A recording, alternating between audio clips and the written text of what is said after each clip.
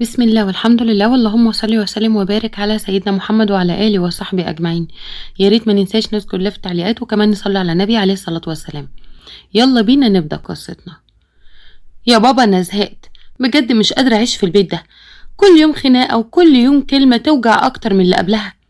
سماح مش بتحبني ودي حاجة باينة، إنما توصل لدرجة إن هي تقولي اطلعي بره دي كبيرة قوي يا بابا. تزهقي بقى ولا ما تزهقيش، عيشي وانت ساكتة. احمدي ربنا اصلا ان احنا مستحملينك، ان انت عايشة معانا. وزي ما انت شايفة كده سماح مش طايقاكي وعلى اخرها منك. حسي على دمك بقى واهدي شوية، كفاية اللي انت بتعمليه وارحمي نفسك. يعني انا الغلطانة؟ ما انا عارفة انك هتدافع عنها، دي مراتك بس انا بنتك. انا اللي امي ماتت وسابتني امانة في رقبتك، هي بتعاملني كأني دخيلة مش بنتك. ده حتى الاكل بتعمله لنفسها وليك، وانا ماليش مكان في البيت ده.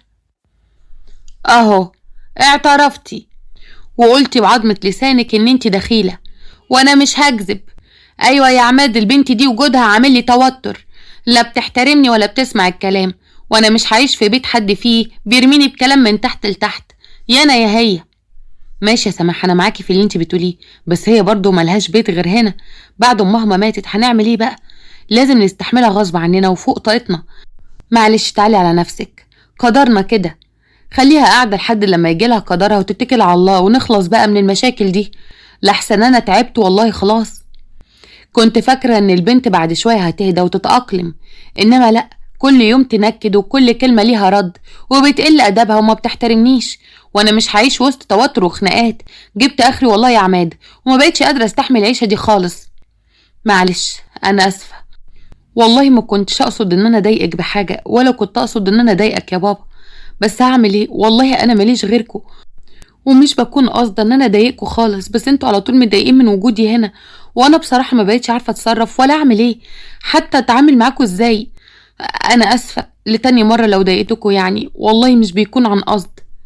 بس خلاص يا رنا، احنا تعبنا والله، بس هنعمل ايه، لازم استحملك غصب عني، مش قدامي حل تاني غير كده. بنتي ولازم استحملك لغايه لما اخلص منك، مع انك معكنين عليا كل حياتي. بس ما بقتش عارف اعمل فيك ايه ولا اوديكي فين عشان ارتاح منك شويه. يلا وانت يا سماح عاملاها كويس شويه، معلش عشان خاطري تعالي على نفسك. وبعدين يعني انا مش خدامه حد، ولازم البت تعرف حدودها، ولو شايفني غلطانه يبقى حلها عندك. وانا بصراحه ما بقتش قادره استحملها ولا استحمل عيشتها معايا. لحد هنا وكفايه قوي لحد كده. انا بصراحه ما بقتش طايقاها ولا طايقه قعدتها معايا. شوف حل مع بنتك عشان لغايه هنا وكفايه قوي. والله انا اسفه لتاني مره، بس بالله عليك يا بابا خليني معاك، مش عايزه اعيش بعيد عنك. هعمل كل اللي انتوا عايزينه بس اعيش معاك يا بابا. ليه ترميني؟ ما انت عارف ان انا ماليش حد، وبعدين انا برضو بنتك ومن لحمك ودمك. اهون عليك ان انت ترميني لحد تاني. هو انت عايش وما تاخدش بالك مني؟ هو ولا تاخد بالك حتى ان انا بكبر قدام عينيك؟ لا بقولك ايه يا بنت رنا، انت تظبطي كده شغل المحلسه والدلع ده مش عليا، واظبطي نفسك كده شويه. هو في ايه؟ وبعدين سماح عندها حق، انت بجد ما بقاش ليكي مكان هنا خلاص. طول ما انت قاعده هنا مفيش حاجه بتحصل غير المشاكل وبس. وبصراحه انا تعبت وعايزه استريح شويه من المشاكل والقرف ده. بس يا بابا انا مش قصدي اضايق حضرتك خالص، والله كل طالباه منك بس ان انت سيبني عايشه معاكوا وقدام عينيك. ازاي ترميني كده؟ طب انا هعيش خدامه تحت رجليكوا، بس سيبني عايشه معاك. انا بحبك ومش عايزه ابعد عنك، وحضرتك ليه مصر تبعدني عنك، او ان انا اعيش واتربى بعيد؟ ده طلب وحيد اللي انا طالباه منك، وحضرتك حتى مش عايز تحققهولي. لا بص بقى يا عماد، انا ما بقتش قادره استحمل البت دي اكتر من كده. شوف بقى انت هتديها لمين، لانها بصراحه ما بقاش ليها مكان خلاص، ووقتها خلص لحد كده.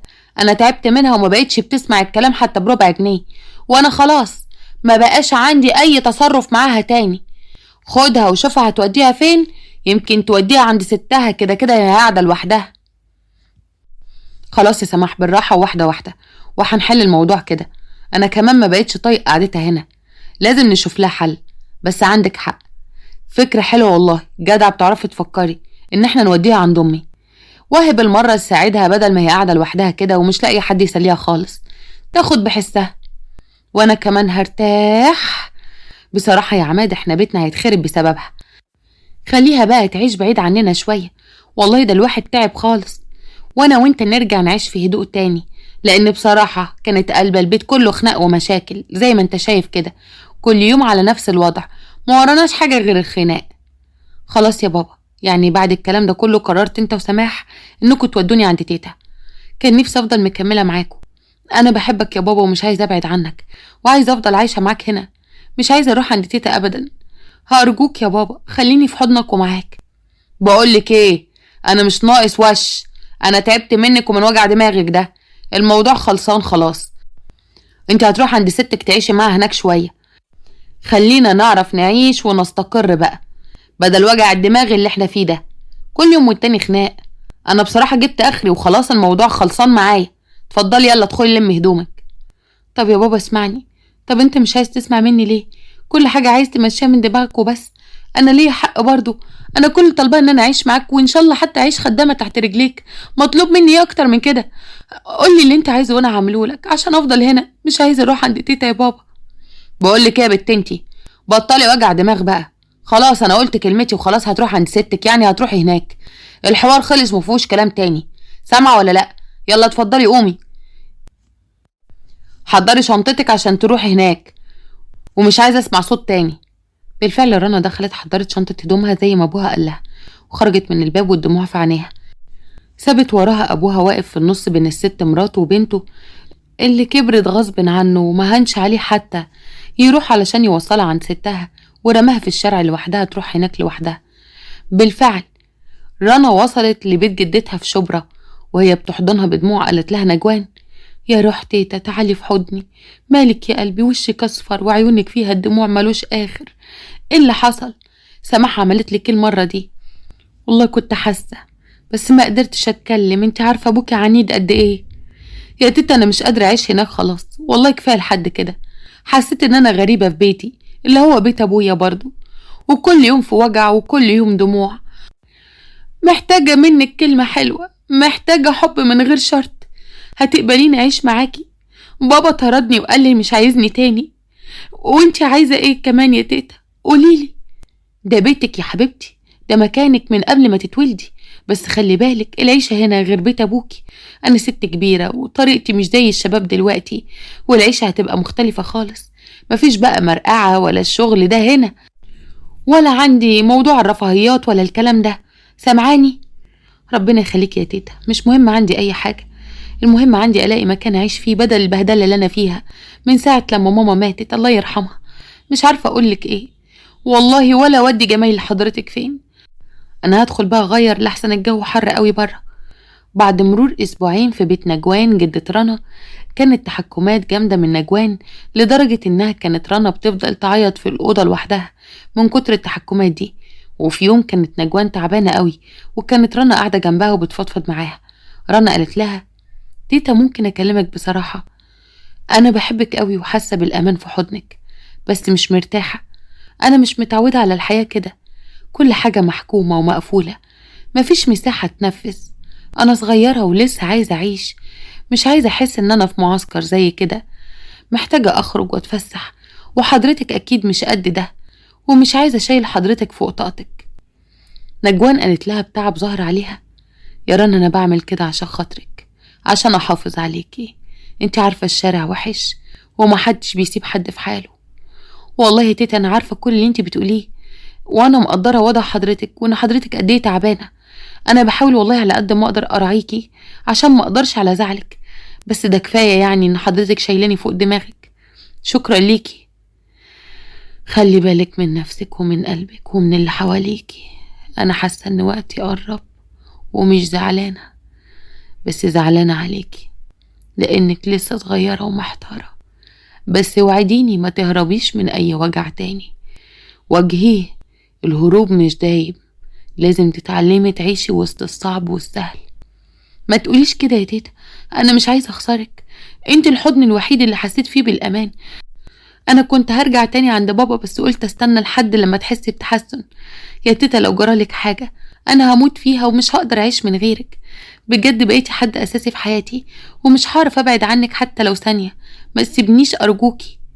وبعد ما رنا خلصت كلام مع جدتها نجوان ما لحقتش ترد عليها وكانت اتوفت.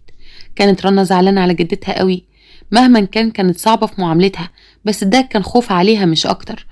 راحت اتصلت بعماد وهي بتعيط وقالت له: الحق يا بابا، تيتا نجوان ماتت وانا قاعدة ومش عارفة اعمل ايه. تعالى اتصرف بسرعة. ايه ده؟ انت عارفة انت بتقولي ايه؟ طيب انا جاية اهو، اقفلي. بعد ما عماد جه وخلاص نجوان اتدفنت وخلى رنا لمت هدومها عشان ما فيش حد تعيش معاه في الشقة خلاص، عماد قال لها ادخلي يا رنا، دخلي شنطتك جوه وادخلي ريحي شوية. ايه ده؟ انت رجعتها لي تاني ليه؟ انت مش كنت مشيتي بقى من البيت وكنا خلصنا منك؟ ايه رجعنا للقرف تاني؟ يا دي وجع الدماغ بقى، ورجعنا للمشاكل من تاني. بس لا يا عماد، انا مش هستحمل ان هي تعيش معايا مرة تانية. زي ما انت شفت كده احنا كنا مرتاحين قد ايه من غيرها. انا راجعة بيت ابويا مش بيتك، وهعيش معاه هنا على طول، مش عايزة ابعد عنه تاني. بصراحة كفاية الفترة اللي انا كنت فيها برا. اي نعم انا اتبهدلت فيها، بس هي علمتني حاجات كتير. في ايه الزعيق ده يا سماح؟ رنا، سماح مالكو؟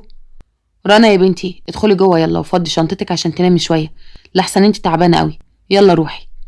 هو في ايه يا عماد؟ انت رجعتها تاني هنا ليه؟ احنا ما كنا صدقنا ان احنا خلصنا منها، ولا انت ايه رايك؟ ما كنا قاعدين هنا هاديين. ايه اللي رجعها لي؟ انا قلت لك قبل كده مش هستحمل ان تعيش معايا، انا عايز اعيش في هدوء. شوف لك حل فيها. رنا دي مش هتعيش معايا هنا يا عماد. في ايه يا سماح؟ هوديها فين؟ امي اللي وديتها عندها وماتت، اعمل فيها ايه يعني؟ ارميها في الشارع؟ ما هي مهما كان برضو دي بنتي، ما ينفعش ارميها في الشارع. تقعد معانا كام يوم كده لغايه لما اشوف لها حل ونشوف هنوديها فين. لكن مش هينفع ارميها في الشارع كده واسيبها وامشي، يعني حتى هتبقى عيب في حقي قوي. والله انا ماليش دعوه، اتصرف بقى. هي مش بنتك وهي مش بنتي على فكره. فكر باسرع وقت، انا مش هستحمل ولا عايزه اللي كان بيحصل زمان يرجع يحصل تاني. شوف لك حل وخلصني من البت دي، سامع ولا انت ايه نظامك؟ انا قلت لك اهو مش هستحمل كتير. يعني ايه اللي انت بتقوليه ده؟ شايفه كلامك ده صح وان كلامك ده المفروض يتعقل؟ انت اعقل من كده يا سماح. دي برضو مهما كان بنتي، اوديها فين؟ شوفي لها مكان اوديها فيه وانا هبقى اوديها، مش هبقى مانع، وانت عارفه كده كويس.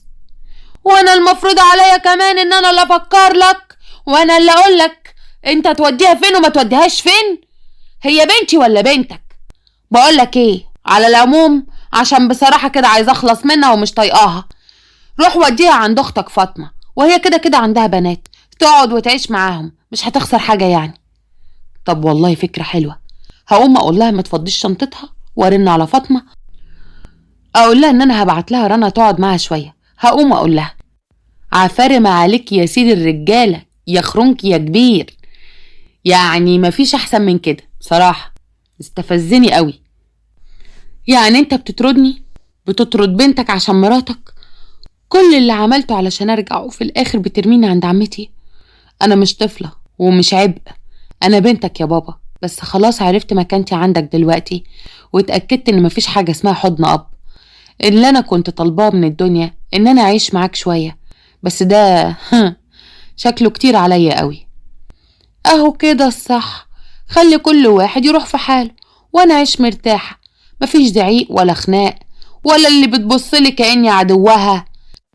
كفايه سنين عشتها شايله شيله مش شيلتي، انا مش جايه اربي بنات غيري ولا اتحمل مشاكل حد. براحتك يا عماد، بس القرار ده اتاخر كتير. خلاص يا سماح مش عايز كلام كتير. هو انت مش مصدقه تفتحي في الخناقه ولا ايه؟ وانت يا رنا قلتلك ما تفضيش هدومك، انت خلاص هتروحي تعيشي عند عمتك، عشان مش عايز صداع ولا رغي كتير. هروح اكلمها دلوقتي وعقبال ما تحطي هدومك تاني في الشنطه. فعلا راح عماد رن على فاطمه وقال لها ازيك يا فاطمه عامله ايه؟ بقولك ايه، انا هبعتلك رنا تقعد معاكي كام يوم كده. ماشي، وتقعد مع البنات يعني. ليه يا عماد، هي مراتك برضو مش طايقه البنت؟ مره ترميها عند امك ومره عايز ترميها عندي. طب اعمل ايه؟ هوديها فين يعني؟ ارميها في الشارع؟ سماح مش طايقاها تقعد هنا، وبصراحه عامله لي مشاكل يا فاطمه ووجع دماغ جامد. وانت عندك بنات وتربيها مع بناتك وخلاص. ما تقلقيش، انا عارف ان انت ماديه، هبعتلك فلوس كل شهر. خلاص بدلها تبعتلي الفلوس ليها وهتبعت مصاريفها، تيجي تقعد مع البنات. انت عارف ان انا مش مشكله معايا، اهم حاجه بس انك تبعت فلوس ليها. انا مش قد ان انا اصرف على حد عشان تبقى فاهم. لا انا فاهم وعارف كويس قوي، وانا مش عارف اختي ولا ايه. يلا بقى خلاص اقفلي دلوقتي عشان اقول للبنت تجيلك عشان ما تتاخرش. عماد قفل مع فاطمه وخلى رنا تلم شنطتها وراحت تعيش مع عمتها. وتواجه مصيرها من بيت لبيت. فاطمة قالت لها: أهلا أهلا ببنت أخويا، نورتينا حبيبتي، تعالي ادخلي ودخلي شنطتك في أوضتك جوه. رنا حطت شنطتها في الأوضة وفضلت تبص على الأوضة وكانت مش عارفة ايه اللي مستنيها من عمتها. راحت فاطمة داخلة وقالت لها: بصي يا رنا، احنا هنا بيتنا فيه نظام، مش فندق يعني مفيش نوم للظهر، مفيش مسلسلات 24 ساعة زي ما كنت قاعدة عند ستك الله يرحمها، مفيش الكلام ده خالص هنا، في سمعان كلام وبس يا حبيبتي. حاضر يا عمته، اللي انت عايزاه واللي تطلبيه مني هعمله، ومش هكون طالبة منكم اكتر من كده. انا مش محتاجة اكتر من حضن حنين نرتاح فيه. هو بصراحة انا نفسي حد يعوضني عن ماما الله يرحمها وتيتا الله يرحمهم، انا مش لاقية حد بعديهم. بصي يا رنا، احنا هنا عايشين بالعافية وانا مش حمل دلع. من بكرة تصحي بدري تنضفي البيت وتعملي الفطار وبعدها تساعديني في الغدا، ده غير شغل المطبخ واللبس، فهماني؟ علشان والله كان نفسي حد يساعدني، لان شغل البيت تقيل عليا قوي وكنت محتاجة حد يساعدني بدل ما انا طول اليوم بلف حوالين نفسي كده. حاضر يا عمته، اللي حضرتك شايفاه هعمله، ما اقدرش اقولك لا طبعا، طلبات حضرتك فوق دماغي من فوق، وما اقدرش اقولك لا، انتي الوحيدة اللي استحملتيني وده عندي بالدنيا كلها. شكلك متعودة على العز، بس هنا مفيش الكلام ده، هنا كل واحد وله دور، واللي مش هيعجبها تمشي، فاهمة ولا لأ؟ هو ده النظام عندنا، احنا ما بنحبش الدلع والمرقعة وملناش في شغل العيال هنا، كل حاجة جد وبس، سامعة؟ حاضر يا عمته، اللي حضرتك شايفاه، تحت أمرك.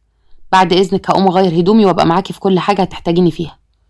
بعد مرور أيام من التعب والخدمة والمعاملة السيئة من فاطمة لرنا، فاطمة قالت لها: ايه ده قاعدة كده ليه؟ خلصت الغسيل؟ طب البلكونة؟ طب الحمام؟ ولا فاكرة نفسك جاية سياحة؟ لا حبيبتي، يلا قومي كده خلينا نخلص، مالك مفستكة قوي كده ليه؟ لا والله انا كنت بريح شوية بس، وقايمة عشان اكمل بقية الطلبات، طلبات كتيرة قوي عليا، مش من حق ان انا اريح. وتريحي ليه وانت لسه ما خلصتيش يا حبيبتي؟ ده احنا عندنا مفيش راحة، انا اصلا زهقت منك يا بت، ولا نفع عندي ولا نفع عند ابوكي ولا حد طايقك في البيت ده كله، وكلنا بصراحة زهقنا منك، ما كانش ناقص بقى قرفك انت كمان. ياه على وجع الدماغ. يعني ايه مش طايقني؟ ليه انا عملتلكوا ايه يا عمته؟ ده انا اللي شايله البيت على كتافي وشايلاكوا، محدش فيكوا بيتحرك من مكانه من ساعة لما جيت، والبيت ده كله انا اللي شايلاه، من تنظيف لاكل لشرب لغسيل لتنشير لكل حاجة. حرام اللي بيحصل فيا ده. اسكتي بقى يا بت، بص انا عندي ليكي عريس، هكلمه يجي يشوفك، احسن ليكي ولينا، تتجوزي وتروحي لحالك وتفكينا من البلوة اللي اسمها رنا دي، تروحي بقى كل بيت تعملي فيه مشكلة. لا ملوش لازمة، احنا نجوزك ونخلص منك عشان كفاية كده بصراحة. حضرتك شايفة كده؟ طب انا داخلة اوضتي عشان تعبت وما بقيتش عارفة اقول ايه بصراحة. في الليل رنا بتكلم ابوها في التليفون وبتقوله: بابا انا مش قادرة اكمل هنا. عمته فاطمة قالت لي كلام يوجع القلب، قالت لي ان هي هتجوزني عشان تخلص مني وان محدش هنا طايقني، انا بقيت خدامة يا بابا، خدامة. طب حلو، هتجوزك تجوزك، خلينا نخلص بقى وبعدين ما تتجوزي، انا مش عايزة اشوف وشك ده تاني، ده انت تعبتيني في تربيتك وعيشتك مع كل واحد شوية، احسن والله برضو خلينا نخلص. يعني ده رأيك انت كمان يا بابا؟ حرام عليك، جاي عليا ليه؟ خلاص اللي انتوا شايفينه بقى، انا كده كده ماليش رأي. بقولك ايه، هو ده الموجود وبطلي وش ووجع دماغ، انا مش فاضيلك، ورايا شغل كتير، يلا روحي شوفي انت رايحه فين، ولما تقرروا بعرفوني هتعملوا ايه، ولو مش محتاجيني ما تقوليليش وتبقوا ريحتوا والله، يلا اقفلي سلام.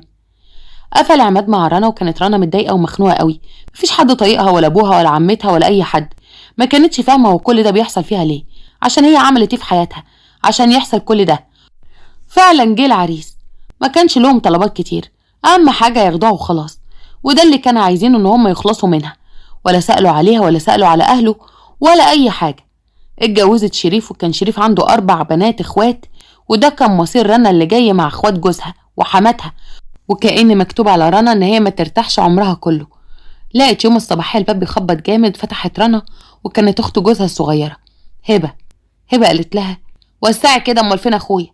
هو انتوا لسه نايمين ولا ايه؟ ايوه شريف نايم جوه لسه مصحيش، انت عارفه ان احنا نايمين متاخر امبارح، جايين من الفرح تعبانين، طبيعي ان احنا نبقى نايمين. طب انا داخله صحيه، اوعي بقى كده من وشي. مش عارفه انت واقفه لي كده ليه؟ مش هينفع ان انت تدخلي عليه كده عشان هو نايم يعني. هتدخلي ازاي عليه وهو نايم بالشكل ده؟ لا، انت ايش حشرك انت؟ ده اخويا وادخل عليه في اي وقت وفي اي مكان. ولا انت هتمنعيني عن اخويا ولا ايه ظروفك؟ وامنعك ليه يعني يا هبه؟ اتفضلي يا حبيبتي ادخلي، واللي انت عايزه تعمليه اعمليه. فعلا هبه دخلت صحت شريف اخوها ودخل الحمام، وهي فضلت تطلع في حاجات وتفتح في دولاب رنا وتتفرج على الحاجات بتاعتها. ورنا دخلت عليها وقالت لها: هو انت مش صحيتي شريف؟ قاعده في الاوضه ليه؟ عادي، بتفرج على الحاجه، فيها ايه؟ وانت كمان مش هتخليني اقعد براحتي في شقه اخويا ولا ايه؟ المفروض ان انت تقعدي بره مش تقعدي في اوضه النوم. وبعدين انت عماله تفتحي في الدواليب وعماله تفتحي في الحاجه بتاعتي وترميها. ما ينفعش كده يا هبه، عيب. ايه اللي ما ينفعش يا حبيبتي وايه اللي عيبه؟ لا يا ماما، ده ينفع ونص وتلات ارباع كمان. ده بيت اخويا واعمل فيه اللي انا عايزاه. وبعدين انا اجي هنا افتح ما افتحش، دي بتاعتي مش بتاعتك انتي. سامعه ولا لا؟ يعني ايه هي الحاجه دي بتاعتك انتي؟ دي شقتي وحاجتي انا. اظن يعني دي مش حاجتك خالص. خرج شريف على الصوت وساعتها قال لهم: ايه ده، فيه بيزعقوا مع بعض ليه على الصبح؟ اصطبحنا بقى. شوف مراتك بتكلمني ازاي يا شريف. كل ده عشان بشوف الميك اب بتاعها وتقول لي اوضه النوم مش للقعده. اوضه نومي وفيها خصوصيه. لا، وحصلت تقول لي اتفضلي اطلعي بره. ينفع يا شريف؟ ليه كده يا رنا؟ بتقولي لها كده ليه؟ ما ينفعش تكلميها كده اصلا. يا شريف انا دخلت لقيتها بتفتح في الدواليب وبتفتح في الحاجه بتاعتي وعماله ترمي الحاجه.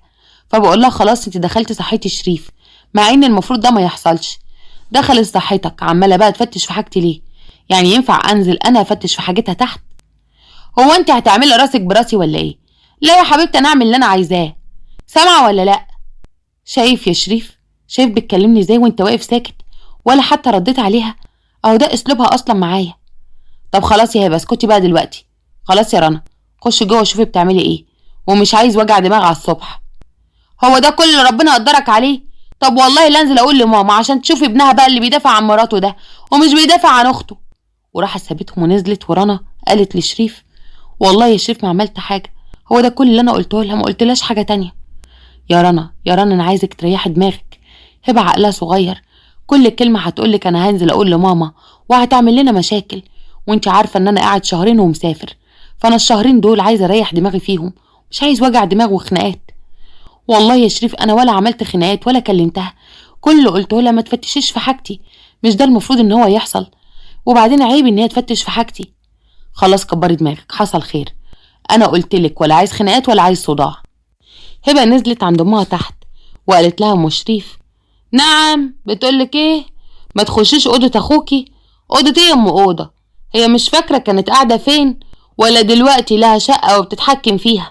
البت دي لازم تقف عند حدها من دلوقتي. شوفي بقى بتتعامل معايا ازاي. امال بقى لما اخواتي البنات يجوا ويطلعوا يقعدوا في الشقه هما والعيال هتعمل معاهم ايه؟ اذا كان انا ولا عيل ولا تايل ولا متجوزه وبتعمل معايا كده. وقال ايه؟ ما تفتشيش وما تعمليش. وشريف قال يقول لي قال ايه؟ خلاص يا هبه ما تتكلميش. وبيدافع عنها الباشا من دلوقتي، عمال يدافع لها. هي نسيت نفسها ولا ايه؟ دي كل الحاجات اللي في الشقه دي اخويا هو اللي جايبها. طب اوعي كده بقى من وش، انا هطلع لها الحربقه اللي فوق دي عشان اوقفها عند حدها وافهمها ان اخواته هنا ليهم اكتر ما ليها. هي نسيت نفسها كانت قاعده فين وبتعمل ايه؟ الله يرحم، دي كانت من بيت لبيت. ده اهلها لما صدقوا ان هم يجوزوها. يلا جايه تعمل علينا ست هنا ولا ايه؟ راحت طلعت ام شريف وقعدت ترزع على الباب. شريف قال لها: شفتي اهي هبه نزلت قالت لامي، وامي طلعت هتفضل تزعق وتتكلم. بجد انا مش عارفه هم بيعملوا معايا كده ليه، انا ما عملتش معاهم حاجه وحشه. بص انا عايزك تسمعي وتسكتي، انا بجد مش ناقص وجع دماغ ولا مشاكل. فعشان خاطري زي ما قلتلك انا جاي اريح شهرين وماشي على طول. حاضر يا شريف اللي انت شايفه. روح بقى وشوف ايه اللي هيحصل على الباب عشان الباب قرب ينكسر من كتر الخبط. راح شريف فتح لامه وام شريف قالت له: ايه يا باشا، نايم على ودانك ولا السنيوره مش عايزاك تفتح لنا الباب؟ مش هنعوز نفتح لك الباب ليه يا ماما؟ تعالي يا حبيبتي اتفضلي، نورتي وشرفتي. بقول لك ايه، ولا نورت ولا شرفت. ينفع اللي مراتك عملته مع اختك ده؟ ناديها لي من جوه. خلاص يا ماما ما حصلش حاجه، وانت عارفه هبه يعني بتفهم دايما الكلام غلط. هو انت كمان جاي مع مراتك على حساب اختك؟ بقول لك ايه، انا ما يعجبنيش الكلام ده يا حبيبي، وانت عارف الكلام ده كويس. ناديلي بقى على الست هانم دي من جوه عشان تعرف حدودها ايه. رنا خرجت وقالت لها: نعم يا ماما، خير، في حاجة ولا ايه؟ يا حبيبتي، جاية عاملة لي الملاك البريء. بقولك ايه، اخوات شريف 4 بنات، سامعة ولا لا؟ اخواته يجوا هنا ويقعدوا ويبرطعوا في الشقة زي ما هم عايزين، لحد يقول لهم في خصوصية ولا ما خصوصياش. انا يا حبيبتي، انا عندي بنات يخشوا في المكان اللي هم عايزينه. وبعدين ايه اللي فيها؟ وانتي بتدخلي رجالة الأوضة؟ دول ستات زيهم زيك، واللي عندك عندهم، وكمان اللي عندهم احسن من اللي عندك بكتير. ده شقة اخوهم ويقعدوا ويبرطعوا فيها زي ما هم عايزين. اظن انتي سامعاني. يا ماما انا ما قلتش حاجة.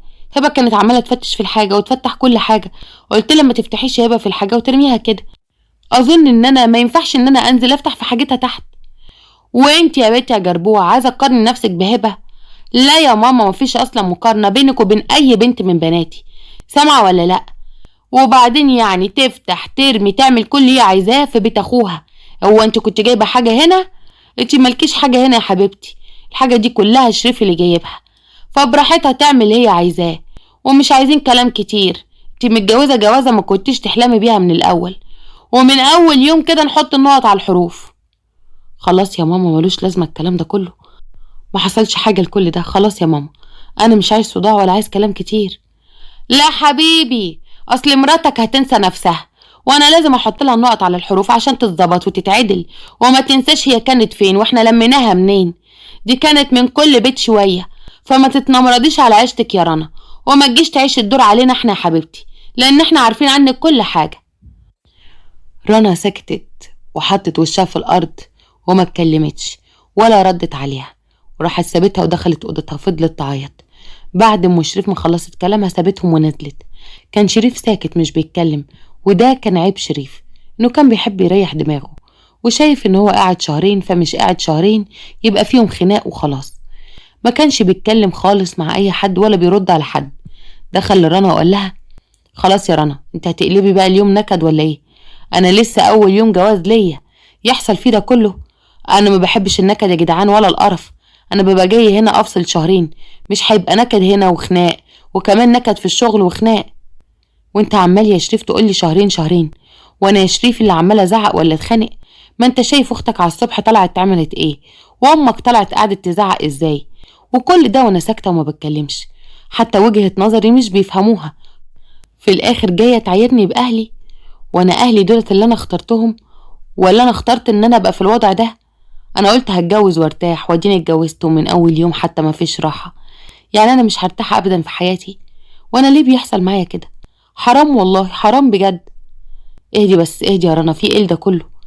انا عايزك تسمعي من هنا وتطلعي من الناحيه التانية عشان خاطر انت ما تتعبيش.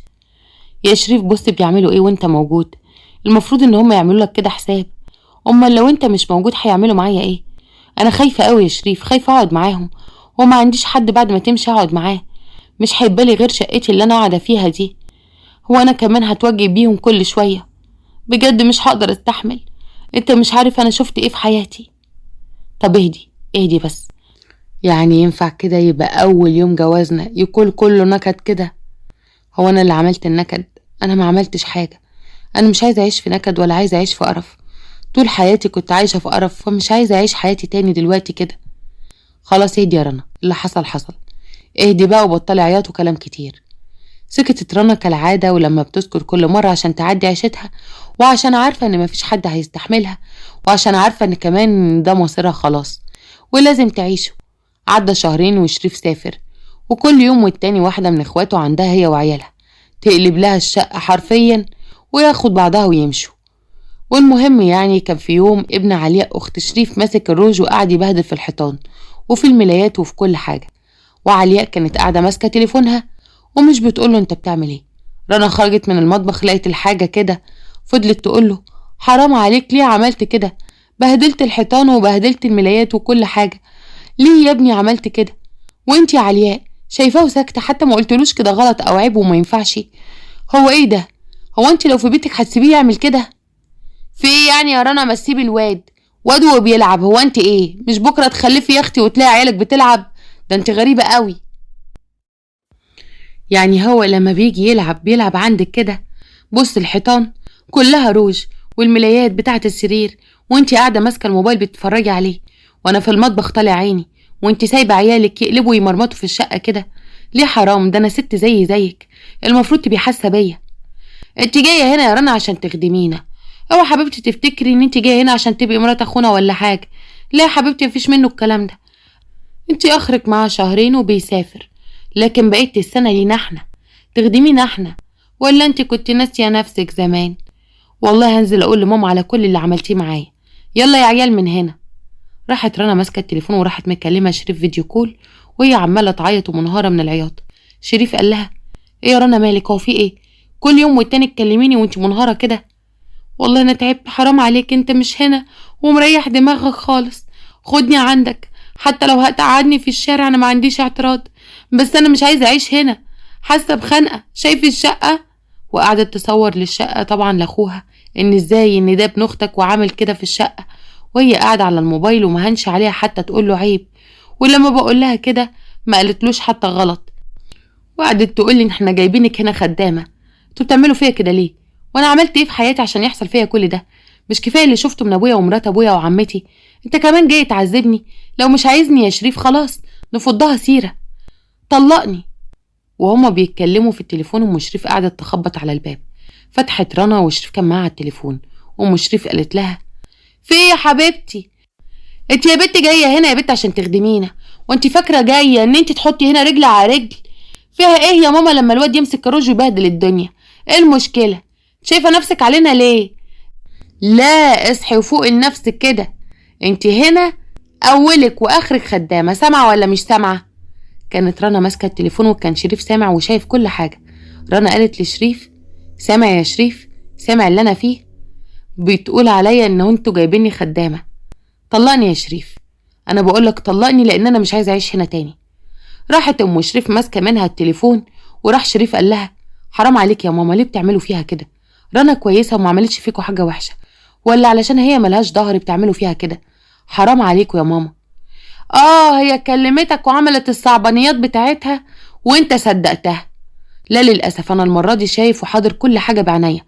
انا كنت سايبها امانه في رقبتكم، بس للاسف انتوا خنتوا الامانه. وبعدين هي ما قالتش حاجه، الواد فعلا بهدل الدنيا وبهدل الحاجه. ايه يعني لما تقول للواد عيب ولا ما ينفعش؟ علياء كانت قاعده جنبه يا ماما، حتى ما فكرتش تقول له عيب. انا خلاص هاخد رنا عندي وهتقعد معايا، حتى لو هتقعد هنا في اوضه، بس هتقعد هنا معززه مكرمه، ومش هخليها تقعد معاكوا تاني. وكان اول مره شريف ياخد موقف ضد امه واخواته ويجي مع رنا. فعلا شريف لقى مكان صغير على قده هو ورنا، وبعت لها وراحت قعدت معاه هناك. وعلى قد ما المكان ما كانش فيه امكانيات كتير، بس رنا كانت في اسعد لحظات حياتها، ان هي كانت قاعده لوحدها ومتحكمه في كل حاجه، وان مفيش مشاكل ما بينها وما بين جوزها. وكان شريف معاها كويس جدا، واترحمت من المشاكل بتاعت كل الناس دي. وبكده تكون خلصت حلقتنا النهارده، ونشوفكم ان شاء الله في قصه جديده وفي حكايه جديده. يا ريت بقى ما تنسوش تقولوا لنا رايكم في التعليقات. بصراحه القصه وجعت قلبي، وعلى فكره القصه دي قصه حقيقيه من متابعينا من متابعين القناه. عايزه اقول لكم ان احنا حاولنا على قد ما نقدر ان احنا نجمل الموضوع، لان هي كانت حكي حاجات اصعب من كده بكتير. عايزه اقول لكم ان الحقيقه والواقع امر كتير من القصص والخيال. اشوفكم على خير في قصه جديده، وانا عايزه منكم ان انتوا تقولوا كلمه لرنا وتوجهوا لها كلمه في التعليقات. هي هتشوف تعليقاتكم دي، واكيد ان شاء الله انا بقولك ربنا هيعوض صبرك خير يا رنا، وان شاء الله باذن الله هتشوفي الخير والعوض جاي باذن الله. ايا كان اللي حصل واللي انت فقدتيه، يمكن انت فقدتيه علشان خاطر ربنا يعوضك بحلاوة الصبر وحلاوة الجبر. اتمنى منكم ما تنسوش تحطوا لنا لايك للقصة وتشتركوا في القناة وتفعلوا الجرس على زر الكل علشان يوصلوكوا كل جديد. اشوفكم في حكاية جديدة، وسلام عليكم.